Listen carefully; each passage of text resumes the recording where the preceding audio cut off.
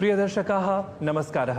वार्तावल्याः संवादक्रमे अद्य अस्मत् समक्षं राजते कश्चन विशिष्टः जनः यः कुशलोद्यमी वर्तते, अथ प्रबन्धनविद् अस्ति, अभियान्त्रिकी विशेषज्ञः अपि अस्ति, सहैव तत्र भारतीयज्ञानपरम्परायां सर्वथा रुचिमान् अपि।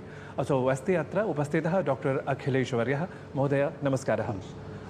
सर्वादौ अहं ज्ञातुकामः यत् तत्र कुम्भः, अर्धकुम्भः, महाकुम्भः, पूर्णकुम्भः, एवं विधाः शब्दाः तत्र महाकुम्भसमायोजनक्रमे नाम प्रचारपथे वर्तन्ते, नाम प्रयोगपथे एते शब्दाः सन्ति। तर्हि एतेषां शब्दानां किं वैशिष्ट्यम्, अथ इतोपि कश्चन अन्यः शब्दः अस्ति वा? 144 साल पे जो है महापूर्ण कुंभ हो रहा है, ठीक है। फिर 1728 साल पे संपूर्ण कुंभ होगा, ठीक है। क्योंकि पृथ्वी की जो रचना हुई ब्रह्मांड के अकॉर्डिंग, ठीक है, जो खगोल विज्ञान हमारा कहता है, जिसमें ग्रह, सूर्य की दशा, ठीक है, हमारे सौरमंडल की दशा, हमारे ब्रह्मांड और दूसरे ब्रह्मांड की जो दशा है, ठीक है, ये इतनी दूर तक फैला हुआ है, ठीक है। आप हमेशा देखते हैं ग्रहों का इफेक्ट जो है हमारे शरीर पे बहुत ज़्यादा पड़ रहा होता है। उसको इस तरह से समझ सकते हैं, जो लोग जो है चंद्रमा के समय में बॉर्न होते हैं, ठीक है, आप देखेंगे कि चंद्रमा जब भी चेंज हो रहा होता है, ठीक है, वो बीमार हो जाएंगे, मानसिक स्थिति उनकी जो है परिवर्तित हो जाती है पूर्णिमा के समय और अमावस्या के समय, ठीक है। बहुत अगर आप आध्यात्मिक हैं, ठीक है, आध्यात्म में आपकी रुचि है, अच्छी गहरी रुचि है, तो आपके शरीर के रंग में भी परिवर्तन आ जाता है उससे, ठीक है। इतना अधिक अफेक्ट है, ठीक। और ये कोई पाखंड या कुछ नहीं है, ये आध्यात्मिक विज्ञान है, ठीक है, जो हमारा अपना विज्ञान है, उसको जानने की ज़रूरत है, ठीक। फिर इसी तरीके से 20,726 साल पे महासंपूर्ण कुंभ होता है, ठीक है। ये मल्टीप्लिकेशन जो है वो कंटिन्यूस चलता चला जाता है, ठीक है। इट इज़ नॉन एंडिंग, ये इनफाइनाइट है। जब तक एक मनवंतर रहेगा तब तक ये साइकिल आपकी चलती रहेगी। फिर से जब नई रचना होगी, ठीक है, तो ये साइकिल फिर से दोबारा स्टार्ट होती है, ठीक है।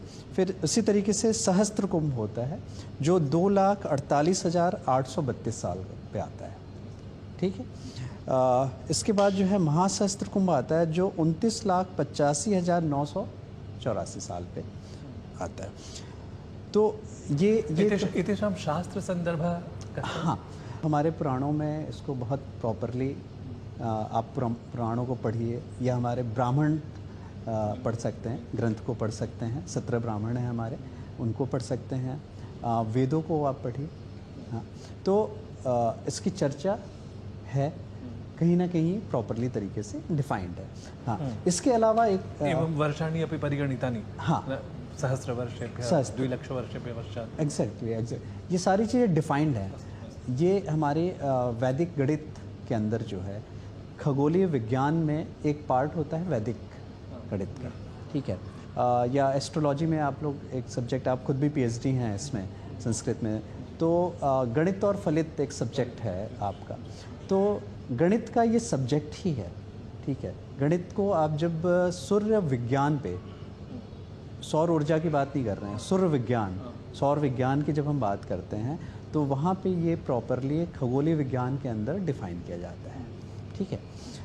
जहाँ पे ये डेट्स जो हैं, डेट्स ही नहीं, आपको ये सेकंड तक, माइक्रो सेकंड, नैनो सेकंड तक डिफ़ाइंड है कि कितने साल, कितने घंटे, कितने महीने, कितने दिन, कितने सेकंड पे ये खगोलीय चेंज हो रहे हैं।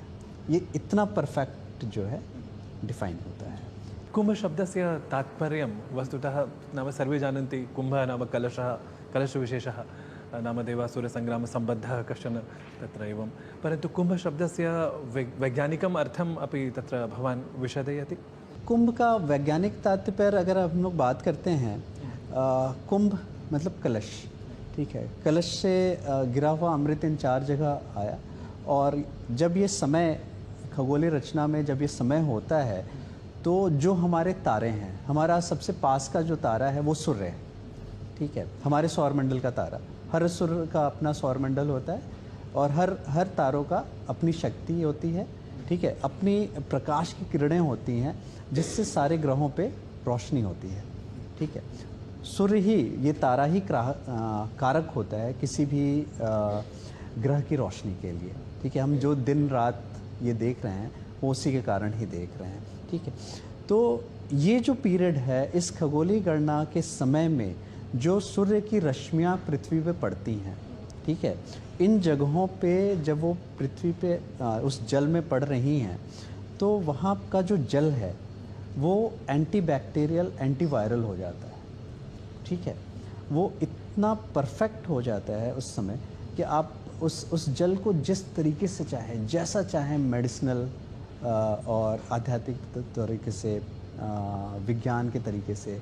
ठीक है, स्नान का वैज्ञानिक महत्व क्या है कि जब हम नहा रहे हैं तो हमारे शरीर में जो भी बैक्टीरिया या वायरस जैसी जितनी परेशानियां हो रही हैं, हमारे शरीर पे जो चर्म रोग जैसी परेशानियां होती हैं, तो इन रश्मियों से वो सारी चीज़ें खत्म हो जाती हैं।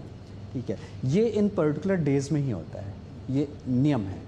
ठीक है, कि जिस समय इस पर्टिकुलर फ्रिक्वेंसी की रेज हमारे यहाँ आएंगी तभी ये हो सकता है, अनलेस ये पूरे साल या समय में नहीं। आप देखेंगे कि कुछ कुछ समय पे ही ऐसा होता है। चिकित्साशास्त्रे अपि भवान् तत्र रुचिमान्, तर्हि कुम्भशब्दस्य अर्थं तत्र चिकित्साशास्त्रेण सह संयोज्य भवान् तत्र वर्णयितुम् अर्हति? देखिए, हम अगर चिकित्सा शास्त्र या चिकित्सा विज्ञान को लेते हैं तो अभी मैंने डिफ़ाइन भी किया, इसको बताया भी आपको कि किस तरीके से इन रश्मियों का हमारे शरीर पे अफेक्ट आता है। ठीक है, असर पड़ता है। आप देखिए, कुंभ का जो जल, कुंभ मतलब घड़े का जो जल है, आप पुराने समय में देखते होंगे कि लेडीज़ जो हैं वो लेकर के आया करती थी जल को। ठीक है, नदी से भर के लाना या तालाब से भर के लाना, वो एक माध्यम सिर्फ नहीं होता था।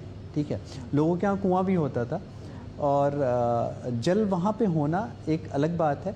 जल संरक्षण उस समय भी कर सकते थे लोग, अपने आसपास हर घरों में भी कर सकते थे, लेकिन वो महिलाओं के लिए जो मूवमेंट है, ठीक है, और वो जो जल को लेकर के मूवमेंट है, ठीक है, इन दो चीज़ों का बहुत कोरिलेशन है एक दूसरे के। कलश को लेकर के, कलश का जो जल है, और हाँ, कुंभ का मतलब ही होता है कलश।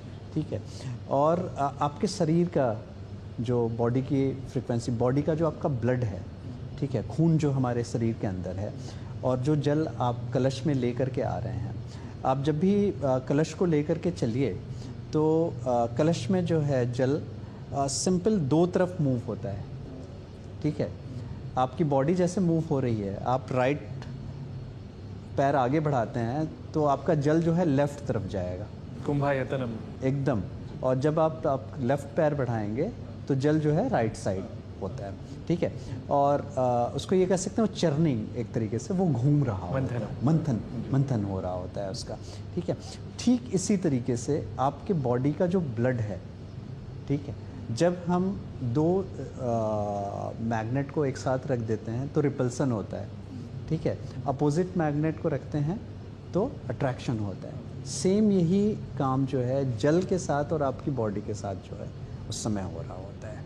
ठीक है, जब हम साधकों की बात करते हैं, साधक और एक नॉर्मल व्यक्ति में अंतर क्या होता है, ये जो जल है और नॉर्मल व्यक्ति का जल एकदम सेम मैच करता रहता है। ठीक है, एक जल की फ्रिक्वेंसी और एक नॉर्मल व्यक्ति की फ्रिक्वेंसी बराबर होती है। यही जल जब शांत होता है, ठीक है, यही जल जब स्थिर, जब हम आध्यात्म की भाषा में बात करते हैं तो आपका स्थिर होना, स्थिर प्रज्ञा, हाँ, समाधिस्थ होना, वो इस बात का प्रतीक होता है कि आपके शरीर का जो जल है, आपके शरीर का जो खून है वो स्थिर हो गया है।